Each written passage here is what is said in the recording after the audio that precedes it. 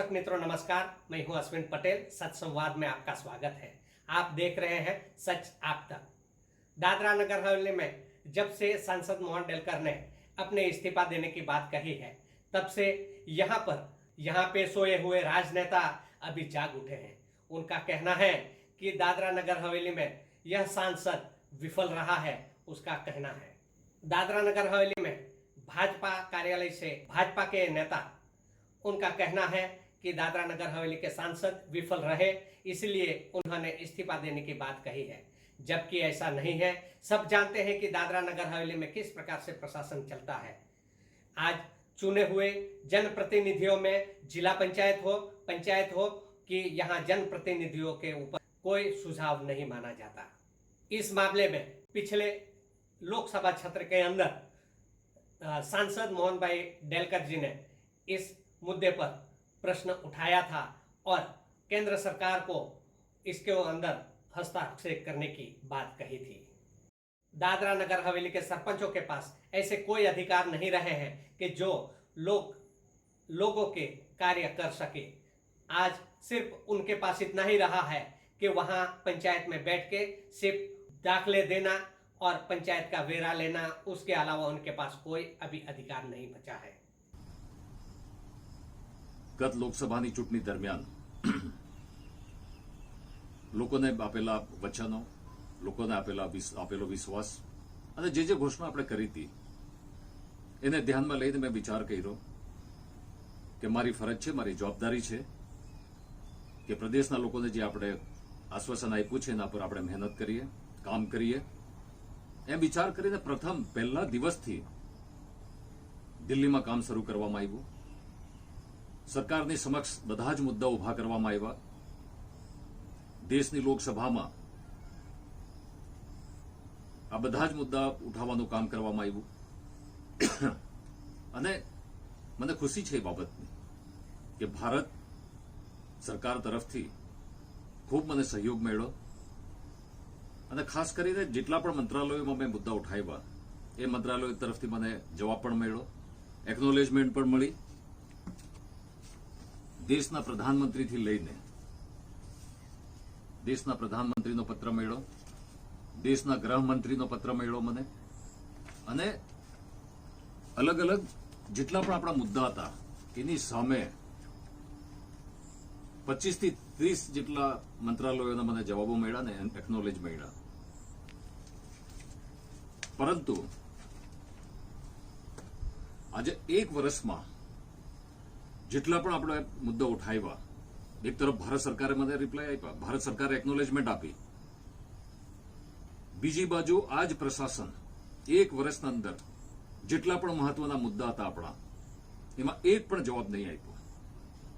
સરકારની સમક્ષ મેં જે મુદ્દા ઉઠાવ્યા એમાં રોજગારનો મુદ્દો હતો, શિક્ષકોનો મુદ્દો હતો, ડેલી વેજીસ વર્કરોનો મુદ્દો હતો, સસ્તું અનાજ મળે તેનો મુદ્દો હતો, ઘર જે તૂટે, ઘર દુકાનો તૂટે છે એ મુદ્દો હતો આપણો, આદિવાસી આરક્ષણનો મુદ્દો હતો, જંગલની જમીનનો મુદ્દો હતો, જિલ્લા પંચાયત નગરપાલિકાને અધિકાર મળે એ આપણો મુદ્દાઓ હતા।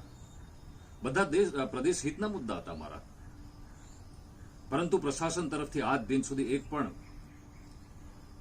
પણ પત્રનો જવાબ નહીં મળ્યો મને। હું અવાજ ઉઠાવતો રહ્યો દિલ્હીમાં, લોકસભામાં સરકારની સામે જે મેં મુદ્દા ઉઠાવ્યા હતા એમાં લોકોને ટાર્ગેટ કરવામાં આવ્યા। પ્રથમ પીડબ્લ્યુડીમાં આપણા જે મજદૂરો કામ કરતા હતા 20-25 વર્ષથી, ગ્રુપ ડીના જે કર્મચારી હતા એમને એક સાથે છૂટા કરી દેવામાં આવ્યા, 500 જેટલા, અને કોઈ પણ કારણ વગર। આજે બે પરિવાર આજે છિન્ન ભિન્ન થઈ ગયો। આજે બાળકો રોડ પર રખડતા થઈ ગયા। મુદ્દાની ગંભીરતાને જોઈને આપણે મુંબઈ હાઈકોર્ટમાં ગયા। મુંબઈ હાઈકોર્ટે નિર્ણય આપ્યો, જજમેન્ટ આપ્યું કે આ જિલ્લા પંચાયત પ્રમુખના અધીન આવે છે, અધિકારમાં આવે છે, પ્રશાસન એના પર કોઈ કાર્યવાહી ના કરી શકે અને પાછા બધાને લઈ લેવા જોઈએ એવો આદેશ થયો।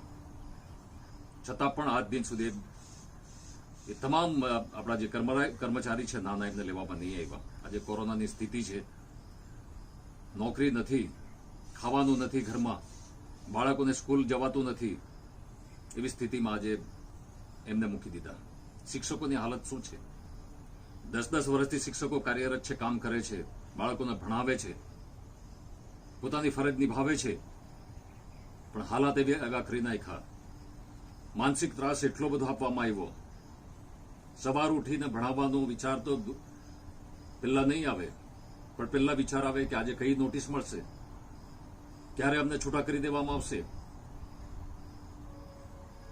ક્યારે સસ્પેન્ડ કરવામાં આવશે. એ રીતનો માહોલ શિક્ષકોમાં પણ પેદા કરવામાં આવ્યો.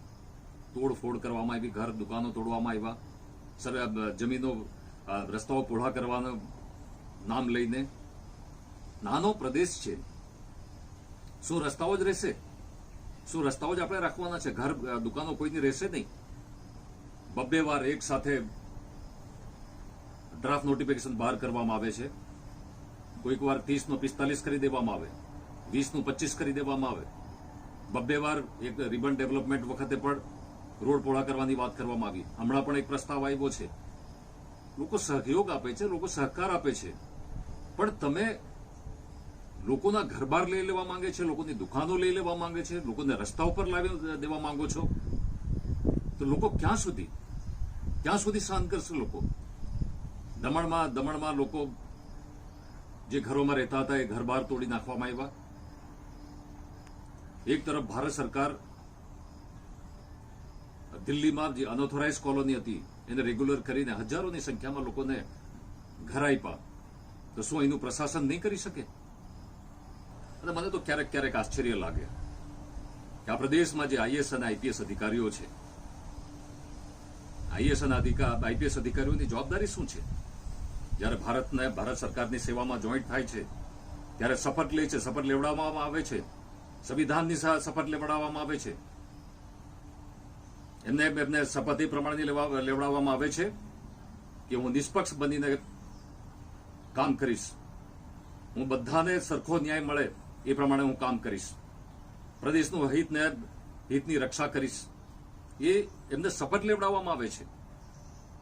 અને આજે શું છે પ્રદેશમાં? શું છે? ના કાયદો, ના કાનૂન, ના નિયમ, ના વ્યવસ્થા. એક જ ऊपर से आदेश है, हमें करना पड़ेगा. તમામ જવાબદારી બાજુ પર મૂકીને, તમામ ફરજ બાજુ પર મૂકીને એક જ વસ્તુ ઉપર બધા ચાલે છે આજે कि ऊपर से आदेश है, ऊपर से हमें ऑर्डर हुआ है और इसलिए हम तो कर रहे हैं. तो આ સ્થિતિ ક્યાં સુધી? અને આજે તો પ્રદેશ એવી સ્થિતિમાં આવી ગયો છે કે જાણે એવું લાગે છે કે કોઈ સરમુખત્યારશાહી શાસનના ચપેટમાં પ્રદેશ આવી ગયો છે એવું લાગે છે. બ્રિટિશ શાસન કરતા પણ બદતર આજે સ્થિતિ આ પ્રદેશમાં થઈ ગઈ છે. સવાર ઉઠીને લોકો ટેન્શનમાં, ચિંતામાં કે ભાઈ પ્રશાસન તરફથી શું આદેશ આવશે, કોનું ઘર તોડવામાં આવશે, કોની દુકાન હટાવવામાં આવશે, કોને નોકરી પરથી હટાવવામાં આવશે, કોને સસ્પેન્ડ કરવામાં આવશે, કોની બદલી ક્યાં કરવામાં આવશે, કોને સિલવાસથી દમણ મૂકવામાં આવશે. સવાર ઉઠીને આ જ ચિંતા. ડેવલપમેન્ટનું કામ, સારું કામ કઈ નહીં, ફક્ત ડિસ્ટર્બ કરવાનું કામ. કે આવતી લોકસભાના સત્રમાં હું મારા લોકસભાના પદ ઉપરથી રાજીનામું આપીશ.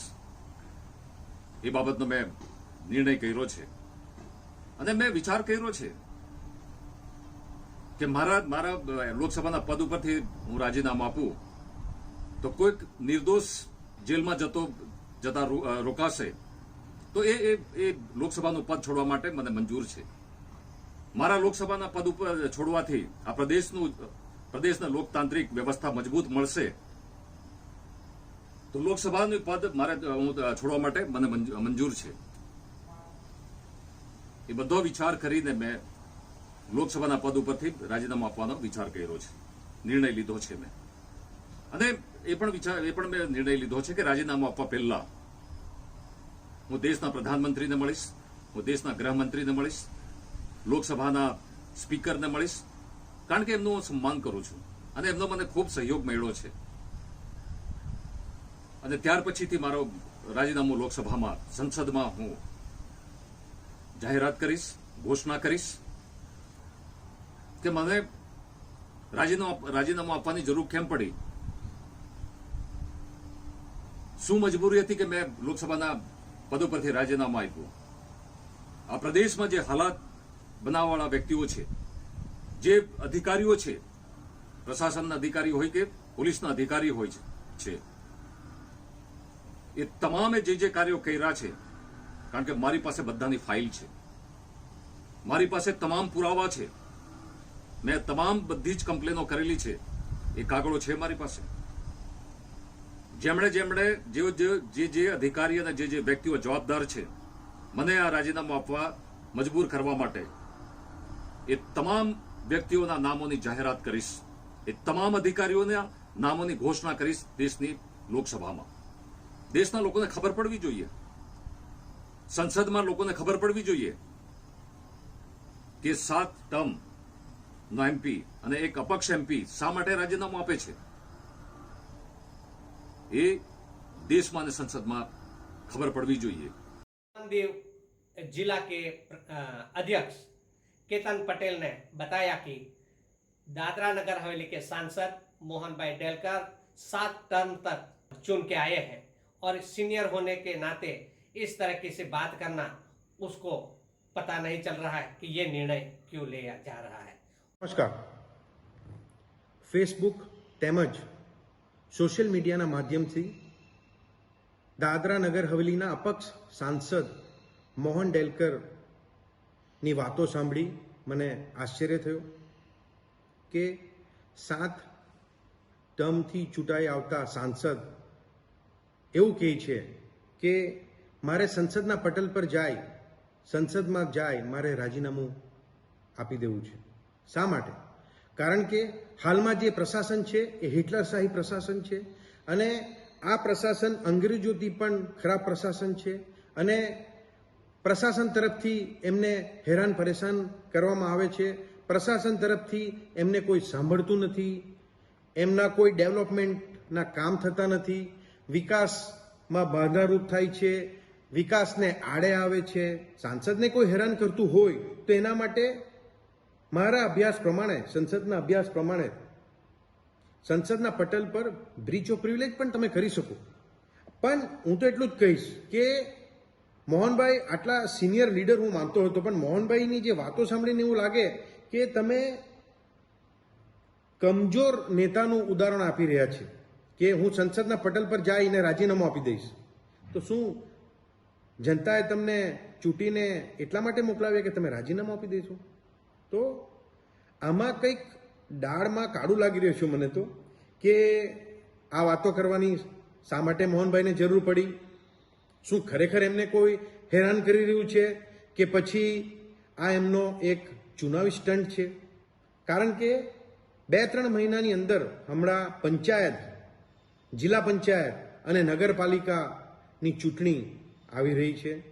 આ નગરપાલિકા તેમજ જિલ્લા પરિષદનું ઇલેક્શન આવી રહ્યું છે. એના માટે આ સ્ટન્ટ કરવાની મોહનભાઈને જરૂર પડી, એ પણ એક પ્રશ્નચિહ્ન છે. કારણ કે सांसद ने कोई हैरान करे એવું મને લાગતું નથી. दमन के उमेश पटेल ने भी मोहन भाई डेलकर का समर्थन किया. मोहन भाई आगे बढ़ेंगे कि दमन और दीव की प्रजा मोहन भाई के साथ खड़ी है और उनके समर्थन में रोड पे उतरना पड़े या जहां लड़ाई लड़ना पड़े उनका संपूर्ण सहयोग देने का वादा किया है. ने भी प्रशासन के सामने आवाज उठाई. ये नए प्रशासक भाई हमारे प्रफुल्ल भाई जब से आए तब से, तो वो सबका हश्र ये हुआ है जो भी मोहन भाई के साथ हो रहा है. ये लोकशाही में लोकशाही का खून है, लोगों का आवाज दबाना. ये क्या साबित करता है? ये कौन सी लोकशाही है हमारे प्रदेश में? लोकशाही है या ठोकशाही है? एक सांसद जी, एक सांसद, एक प्रदेश का सांसद ये कह रहा हो, सबसे दुर्भाग्यपूर्ण शब्द यह है जो मोहन भाई की पूरी स्पीच में जो मुझे एक वाक्य जो है वो बड़ा कचोटता रहा. क्या? कि सांसद जी को ये कहने पे मजबूर होना पड़ा कि ये शासन जो चल रहा है इससे तो ब्रिटिश शासन अच्छा था. ये कौन कह रहा है? एक सांसद कह रहा है। मतलब कितने निचले कक्षा पे जाकर प्रशासन ने उनको प्रताड़ित किया होगा, उनको दुखी किया होगा, आहत किया होगा। तो इतना सीनियर सांसद जो 7 टर्म से जीता है, 7वीं टर्म जीता है, उनको यह शब्द कहना पड़ा कि ब्रिटिश शासन इस शासन से अच्छा है। आप सोचिए कि किस हद तक इस प्रशासन ने उनको मजबूर किया होगा।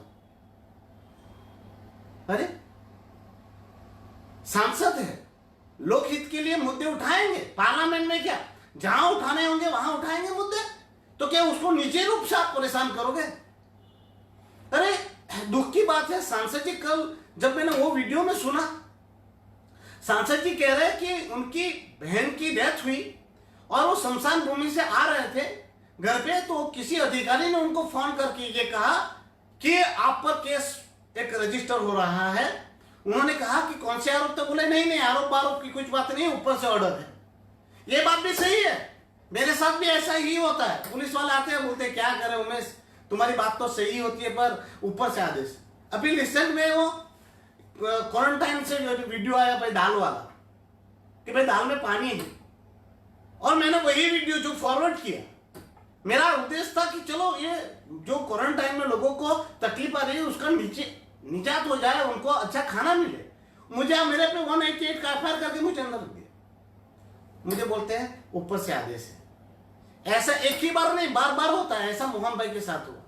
अपनी बहन की फ्यूनरल से आदमी थका हारा और दुखी आदमी घर पहुंचता है तो उसको क्या कहते हैं कि आप पर एक केस हो रहा है। कितना कितना इतना दबाने का? मोहन भाई को, ये मोहन भाई को नहीं दबा रहे हैं, ये जनता की आवाज को दबा रहे हैं।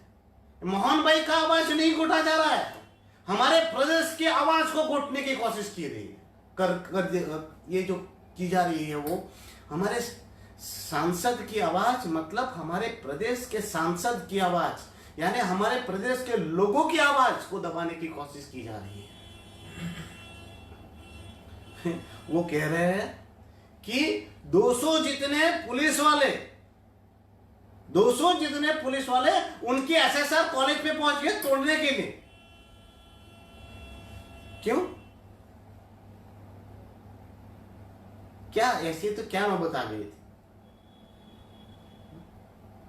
इस प्रकार से दबाना है, कैसा भी करो, कुछ भी करो, मगर आदमी की आवाज को दबा दो बस।